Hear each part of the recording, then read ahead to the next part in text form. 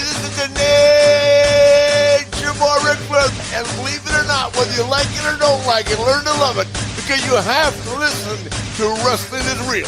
It is the best thing going today. Woo! The worldwide leader of podcasting excellence, the king of podcasts radio network proudly presents The Wrestling is Real podcast, because wrestling needs us. We are less than 2 weeks away from WrestleMania 40. 2 nights. We will be doing post shows for those nights right here, kingofpodcasts.com. And then what happens? See, all of you don't like old King of Podcasts when I talk about this, okay? Because, of course, we are approaching the WrestleMania offseason. So all this excitement, the hype, the WWE fanaticism right now among my fellow podcast wrestling brethren, among the fans out there that are just super fans of the product. The Attitude Era is back. Look at what The Rock did to Cody. It's blood. Yeah. It's just for WrestleMania. Right? Just for WrestleMania. Oh, look at the truck. Look at the truck. It's got John Cena and Stone Cold Steve Austin. Oh, look, other reports. Undertaker might be back. Up. Right. Cena and Austin's faces on the production trucks, according to WrestleVotes, when they were shown during the closing moments, was not a coincidence. Right. Part-timers. 1 appearance. And then what happens after that? Are you only just are you just going to enjoy just a little bit that you can right now or the next 2 weeks? By the way, let's also make the point that the ratings right now have not gotten any better for Raw coming up to WrestleMania. Have we noticed that too? Like the draw since Royal Rumble, which is usually when their time to shine is supposed to be.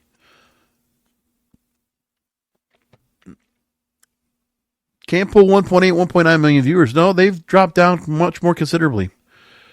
Now they're down to, 1.908 million when you came out of Royal Rumble.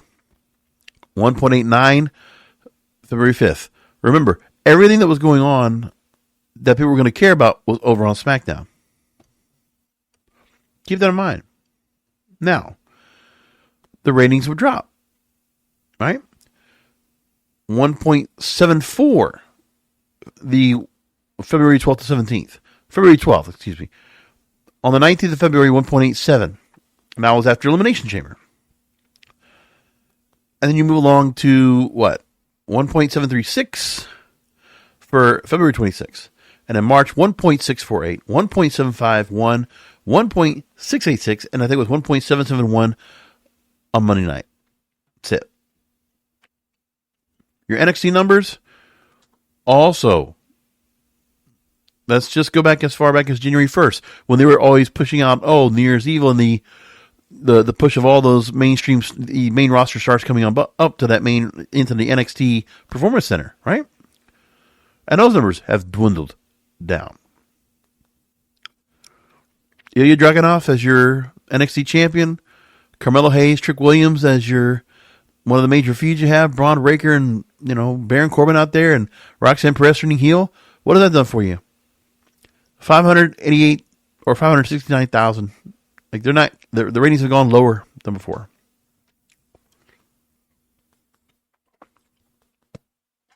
Now I can tell you more than ever. Sure, social media is doing very well. Anything with The Rock, Roman Reigns, Cody Rhodes, Seth Rollins, yeah. CM Punk, yeah. All those things right there, absolutely. You're getting a lot of watches on all social media because of them. No doubt about it.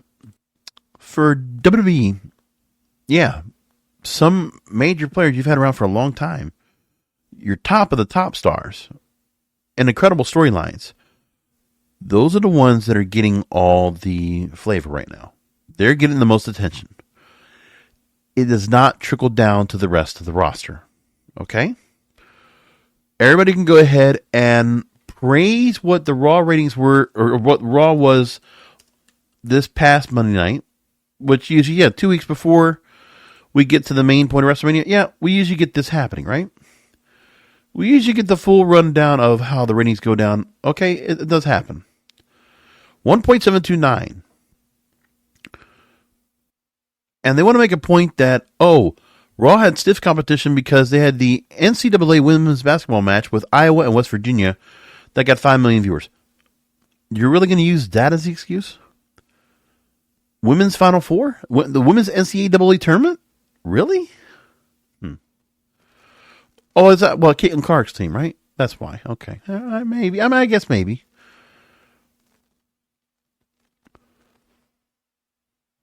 So CM Punk comes out. You have The Rock, Cody Rhodes, Drew McIntyre, Seth Rollins, Becky Lynch, Rhea Ripley, all hyping up the WrestleMania matches. And Punk, McIntyre, and Rollins in the ring got 2.2 million viewers tuning in for that quarter of the show.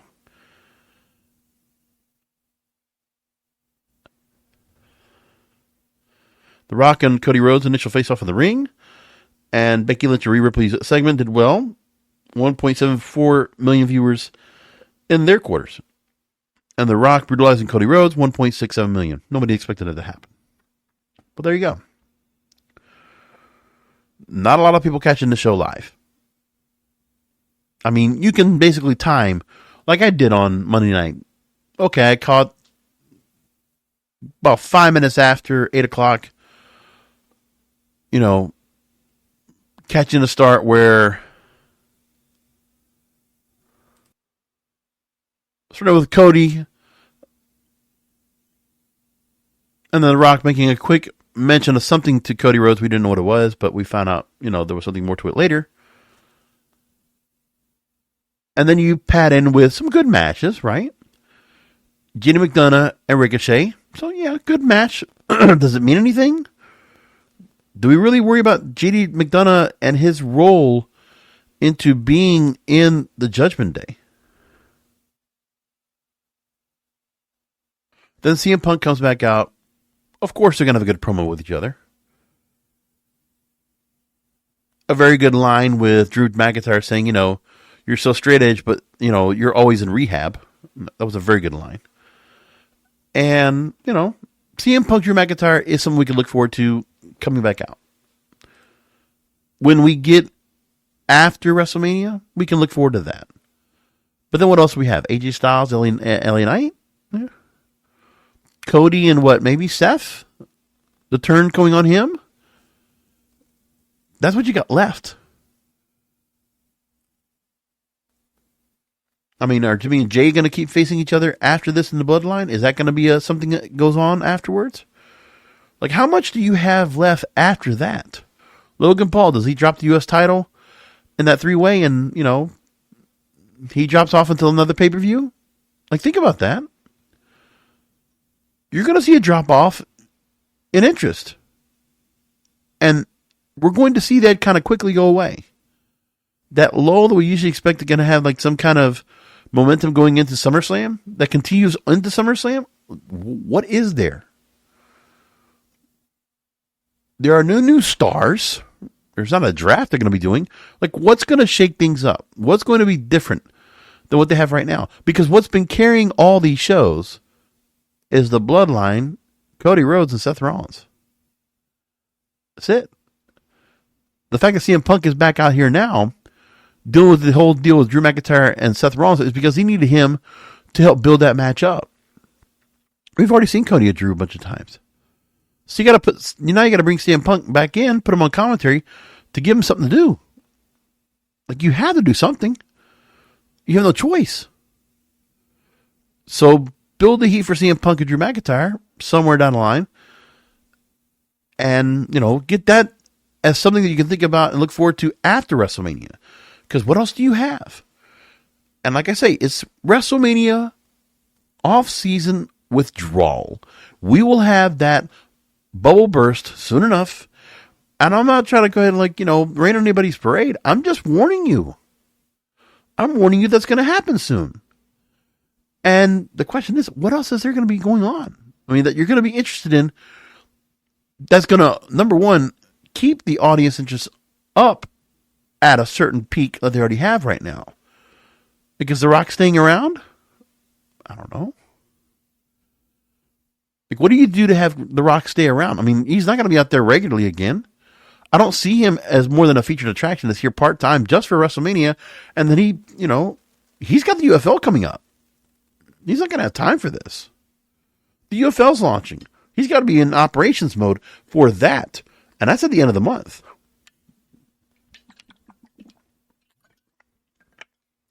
So I won't be surprised. United Football League begins, runs through June, and Dwayne's got to go out and, put his executive jacket on and start handling things with the UFL. He's the face of it. So he has to be up there promoting and being a part of it. He'll have to be there. So then, you can always bring Rock back once again to deal with things with Roman Reigns, but that's not going to happen for another WrestleMania if you do. You're not going to do it now. You can set things up for that. I don't know. But nobody's really brought that up yet. And then when you think about what they have here about who could be coming up later on when it comes to, the other matches and other storylines they have on TV right now to pad the rest of the 3-hour show. Candice LeRae with Indy Hartwell and Ivy now with Maxine Dupree. Wow. Candice LeRae on a winning streak. And she's not going after a title, is she? I don't know.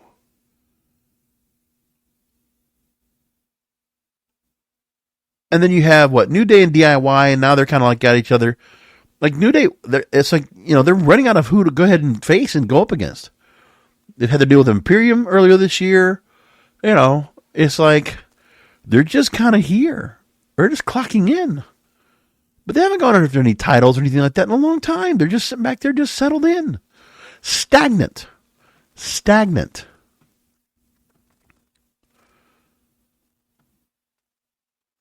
Andrade against Giovanni Vinci. Okay, great. Andrade's back out there. He was supposed to take on Ivar, but Ivar was not medically cleared, so they went ahead and did another match instead. Fine.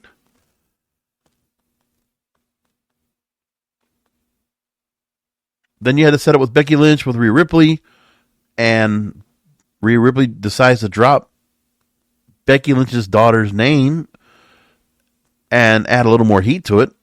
Like, I think all that kind of stuff right there could just see us where Becky Lynch gets the title back. But a story coming out that has been talked about is that Becky Lynch has 2 months left on her contract. She spoke with Ariel Helwani on the MMA Hour and says she's on the final 2 months. And if they were talking about a renewal, she says nobody said anything to me.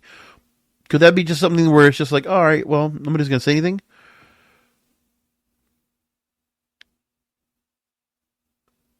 Lynch said, we'll see when asked if she wanted to sign a new deal. She did not rule out going out elsewhere because Helwani asked her if she was WWE or bust, and her response was, I just don't know. However, she said, I doubt that when she was asked about this could be your last WrestleMania.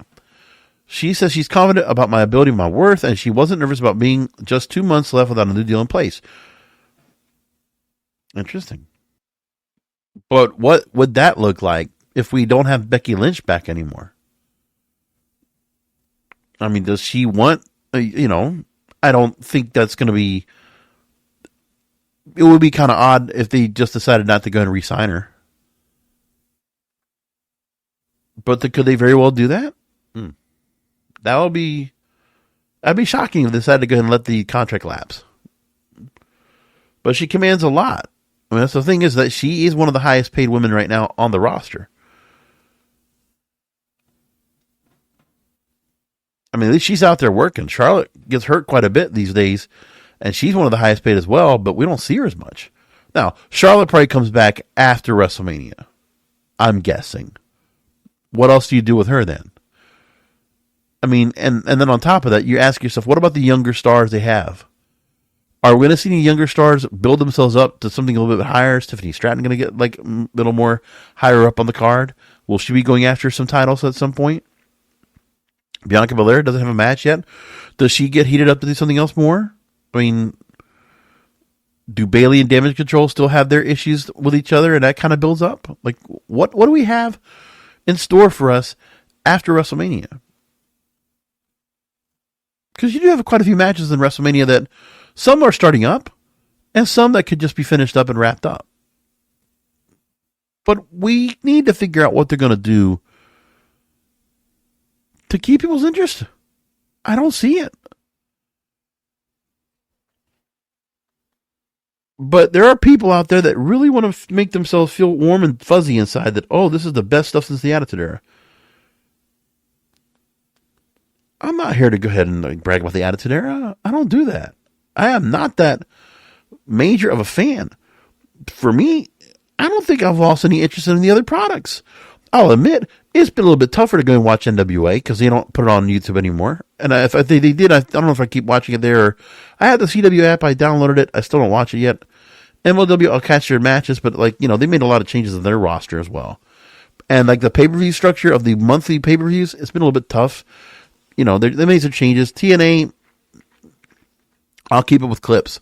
I'll admit, it's been tough for me to go ahead and just sit down and watch shows because of how the ease of watching them on streaming as opposed to watching them on cable.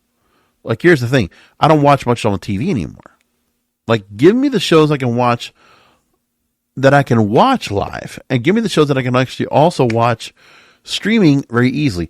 I just finally got my AT&T fiber upgrade. So, now to watch shows, shouldn't have any more problems with the internet. Finally, that should be done. My Wi-Fi should actually be working really well. Now it's just a matter of where to stream it. Because, for me, AEW is the easiest for me to stream. Like USA, yeah, that's fine. I can watch, Raw on there. And I'll catch it, but I'm not going to go and sit there for 3 hours watching the whole thing. I'll flip back on from time to time. As for SmackDown, they got rid of the Fox Sports app. Or the Fox.com app. And now it's my place to watch. So, until SmackDown moves on to USA, I don't know what I'm going to do. And as for Netflix, I don't know. I don't think people realize that question either. So we're going to assume that, as I said before months ago, that WWE is going to have enough existing customers already subscribed to Netflix, right? But I don't think it's going to be that many as you think. I mean, sure, there's 200 million people that probably have it. But, if you had to go and do a survey, I think WWE should do a survey. How many of you have, what streaming services do you have? And ask them, do you have Netflix? And would you get Netflix eventually once Raw moves over to Netflix? In October. It's not that far away. 7 months. Almost 6.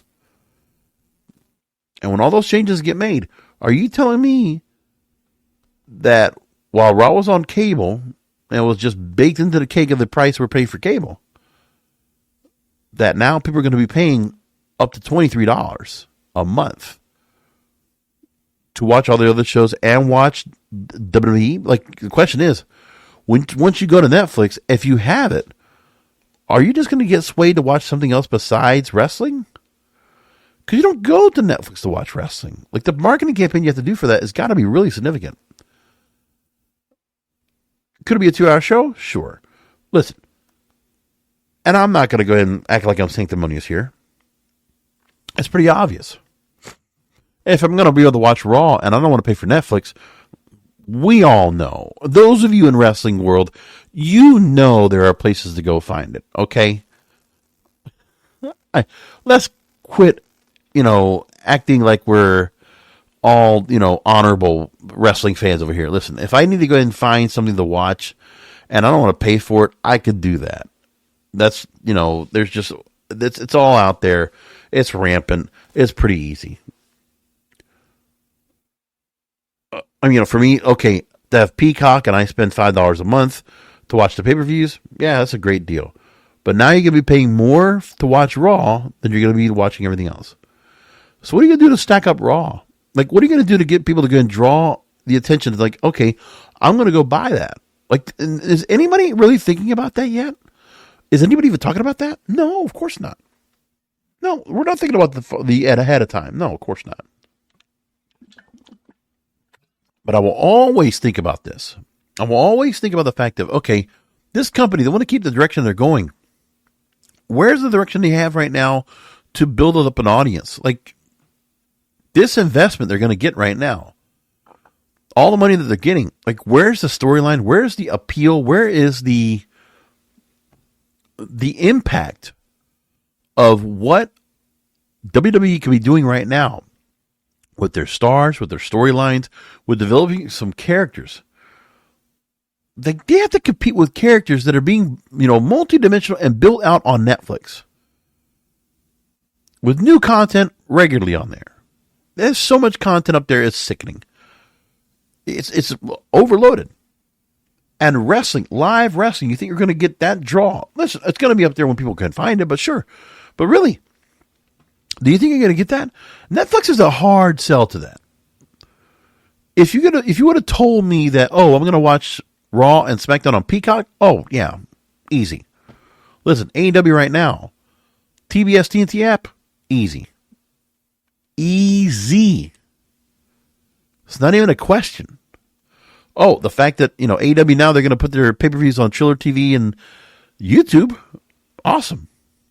It's good for me too. Like, okay, you're giving me places to go watch easily without all the issues, right? Like, for the pay-per-views, I'm fine. The clips I can find on YouTube, social media, I'm fine. But what are you doing to make the live product better? Okay, the move to having one of your main shows on streaming, that's a good, smart move. But the access to it is under a big, fat paywall. And nobody thinks about that. Now, before I go ahead and continue to contemplate about what the future after WrestleMania season is over holds for us, let's just get into what WrestleMania season is right now. What's left of it? Okay, so we have matches all set up. So when we look at what matches they have available that we're going to have for sure at this event,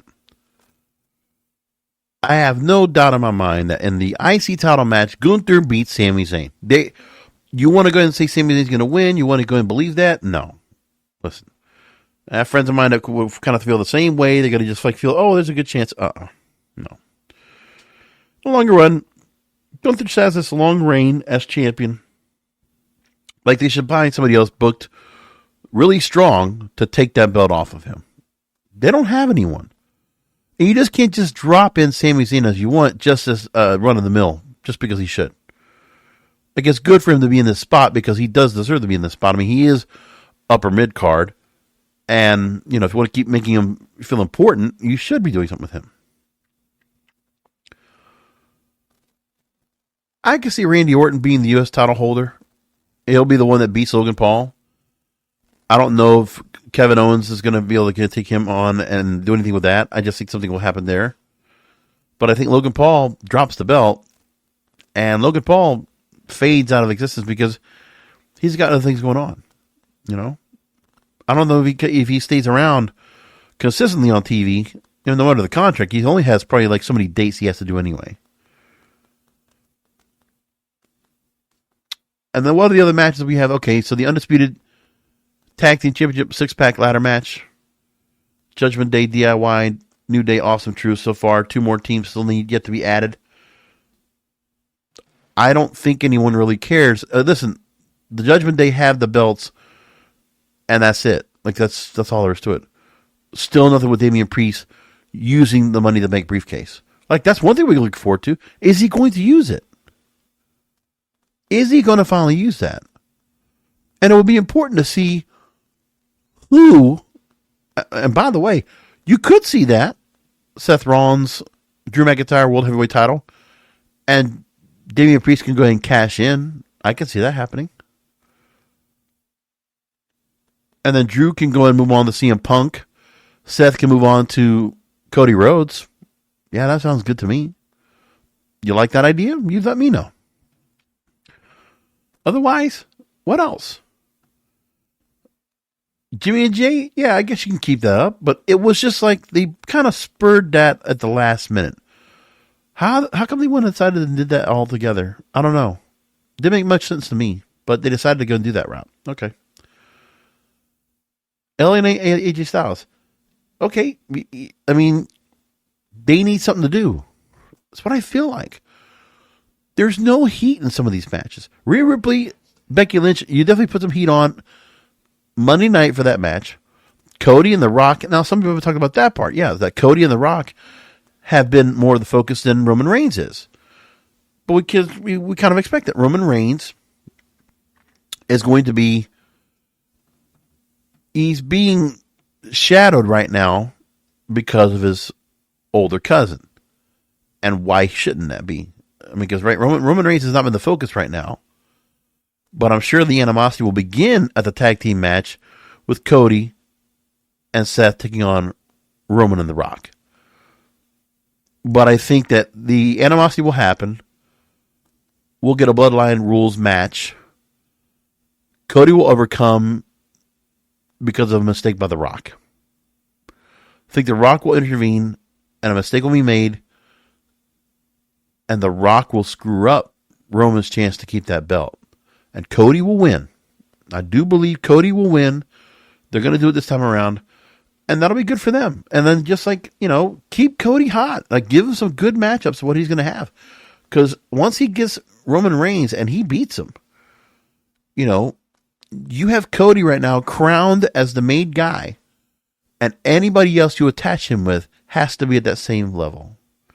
Or you have to build him to that same level. But we've talked about the things that you could be doing right now in order for that to happen. There's a lot of things you could be doing. You could be doing some more character development to make that possible. You just can't have the people coming out just as themselves. They can't be basic.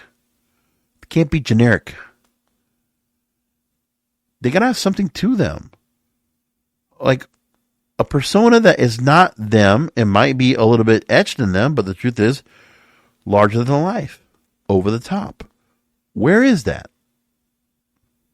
Where is that right now? You need to find those people and create them.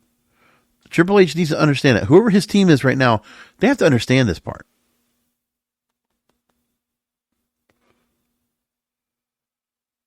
I don't care about anything else you're going to say, okay? WrestleMania, you can build a few more things up to get some interest in here. Okay, fine. But other than that, no. My points are all relevant. When you look at the fact that the shows themselves, the live shows, are not getting that much of attraction, right? They're not. What are you doing about that? What are you doing to change that? They're not. They don't have a plan. And that's the biggest problem I have. But hey, listen, next 2 weeks, I'll enjoy WrestleMania. Sure. We'll talk about it. Can they have a few things that'll kind of, fall off of that and continue on afterwards? Sure, if feuds can continue. But what are they going to do to keep up that? I mean, when you look at the rest of your schedule coming up, the upcoming schedule of events for pay-per-views they have, you got to think about what they have coming up and what they're going to be able to do. Backlash May 4th. And that is in France, by the way. Money in the Bank, I believe that's in London. That's July 6th. SummerSlam, August 3rd. That's Cleveland, and I think that, Logan Paul's hometown. So, he'll be back for that.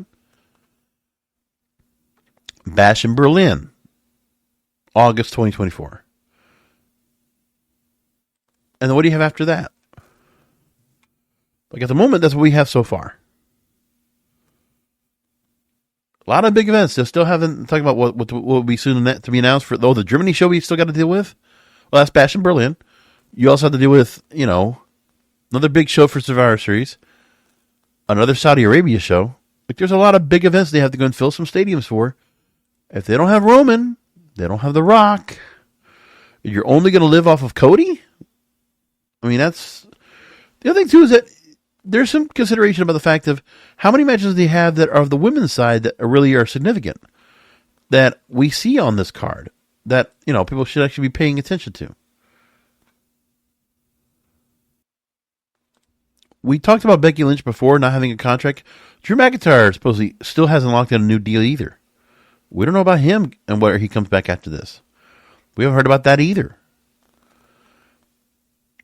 But there are so many different shows that WWE really is going to be working on. Then they're going to have the transition to move their shows to Netflix and the SmackDown show to USA. A lot of wholesale changes going on. No plans. And these are some of the things we're concerned about that. Now, I want to bring one other thing across the board here that we should make mention of. When it comes to WrestleMania, the talk about the women's matches and how many that we have. It's one of the other areas they don't talk about enough. Well, we know that Rhea Ripley, Becky Lynch, women's world title, and the women's championship, Io Sky Bayley. Those two matches are set up for the women's side. Nothing else for the women. Now, of course, the women do get they get their handful of matches on TV, but nothing more than in terms of real major character storylines or development. Do we notice there's not much of that right now going on at the moment? Do we notice that? It's one of those things where, I'm trying to figure things out here. People are all content right now. But even 6 months from now, the future for WWE in terms of what they can do in terms of storylines and creativity and character development, and when they don't have Roman Reigns to rely on or The Rock, what do you have after that? What do you have left in your arsenal to draw attention, to draw these big main event shows that you're going to have in stadiums around the world? What do you have? This is not enough. And I wish I had some other stars they were working on right now that they're just pulling the trigger on. Here, the thing is, too, is that I'll tell you this, too. Remember how we talked about certain characters that would just crash and burn? I do feel like Triple H is a little bit afraid to allow stars from crashing and burning. Put them out there, see if they resonate. If they don't, drop them. This is that whole player's coach mentality. If he can't get these stars to get over, you just can't hold on to them. You have to let them go. You can't rely on free agency. We talked about that last week. You have a crop of stars, and you need to go ahead and do whatever you can to build these stars up into something more. And, they're either going to fly or they're going to fall. It's not that hard to think about. But anyway, I'm not going to go ranting into more of this. We'll keep it at roughly 30 minutes tonight. That's the show for tonight. Because there's a lot more we're going to wait for and see what they're going to do in terms of what the product is going to be, what WrestleMania is going to be set up for next week. We'll go into it. See what other matches they have finally finalized and put it in there. And wait. Like I said, you have your main event for both nights set. That's fine. You set that up. It's been great so far. But how many matches are going to have? Now, listen, and it's not a matter of the quality of the matches, and we're going to have some 5-star match come out of it. I'm sure we will. But that's not what the WWE is about. It's not about some quality matches. For those of you that think that sea of change is going to happen, it's not.